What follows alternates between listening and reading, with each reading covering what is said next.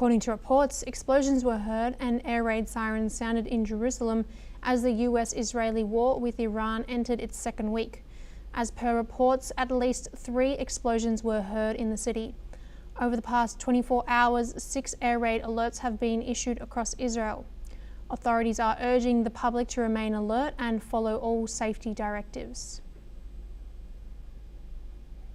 Now joining us again, we have retired Major General Gigi Dwivedi, who is a war veteran and Professor of International Relations and Strategic Studies, joining us from New Delhi. Gigi Dwivedi, thank you so much for joining us again. Now, from a military perspective, how is conflict complicated in locations with very high population densities, as we have seen in Lebanon and also in Israel?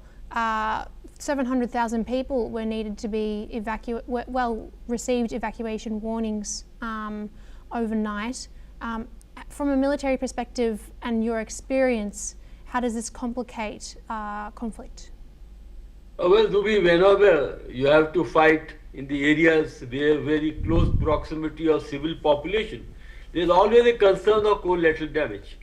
And ironically, the Hezbollah, their fortifications and their defenses are very closely interlinked with the civilian population. In fact, Hezbollah was created in 1982 by the Shia clerics of Lebanon and Iran. And they have been, I would say, a security concern for Israelis since then.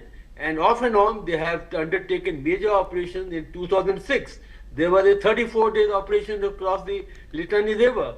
And now again, the Hezbollah became active in 2023 when the Hamas attacked on 7th October, and since then they have been very active. And now they have undertaken a series of operations because in support of Iran, war that is going on. Now, 2-3 things which I like to clarify from the military point of view. Firstly, the Hezbollah positions, they have a very strong line of fortification across the Litani River, and they also operate from the civilian areas so as to get certain amount of immunity. And whenever there is strike and if the civilian casualty are caused, then they make a human right issue out of this. The second point is that now the Israelis had undertaken coordinated air and the ground offensive. The ground forces, in fact, the Israeli 146th Division is deployed here, and they have gone into the Lebanese position, and they said that we will go further if need be. And at the same time, the air is taking out the major fortifications, especially where the rocket launchers are deployed or where the short-range projectile is deployed. So this operation is going on, and it is a security concern for Israel because from southern, their northern borders or southern Lebanon, almost 70,000, the civilians have to be evacuated because of the war conditions.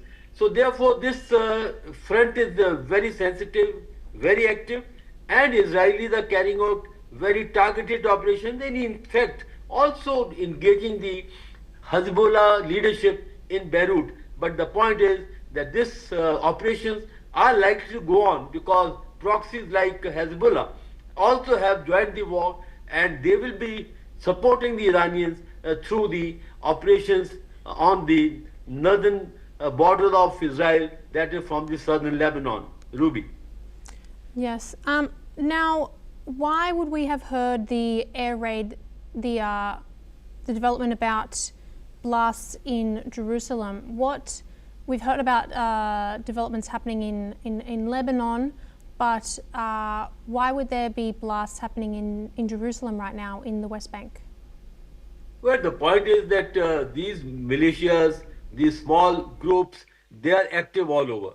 And in West Bank also, this is a very sensitive area because there are a lot of Palestinians who are actually could be part of these disturbances, and also they, in a way, they have a small militia also which come into play whenever such a situation takes place. So therefore, there are a number of elements who are favorable or who are aligned to the regime in Iran.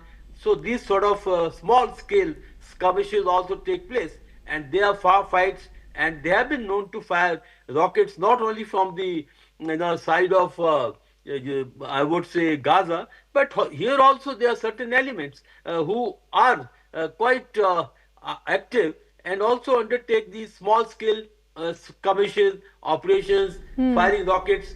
So West Bank also is quite, I would say, not as active, of course, as Gaza, but there are elements who are, at times, they get active and also they cause problems. But the point is that in this scenario, there are a number of, I would say, small groups which are in play and which are possibly causing such like blast or even the certain amount of, I would say, militant related or terrorist related activities. Ruby. Major General, thank you so much for joining us today on the show. It's been a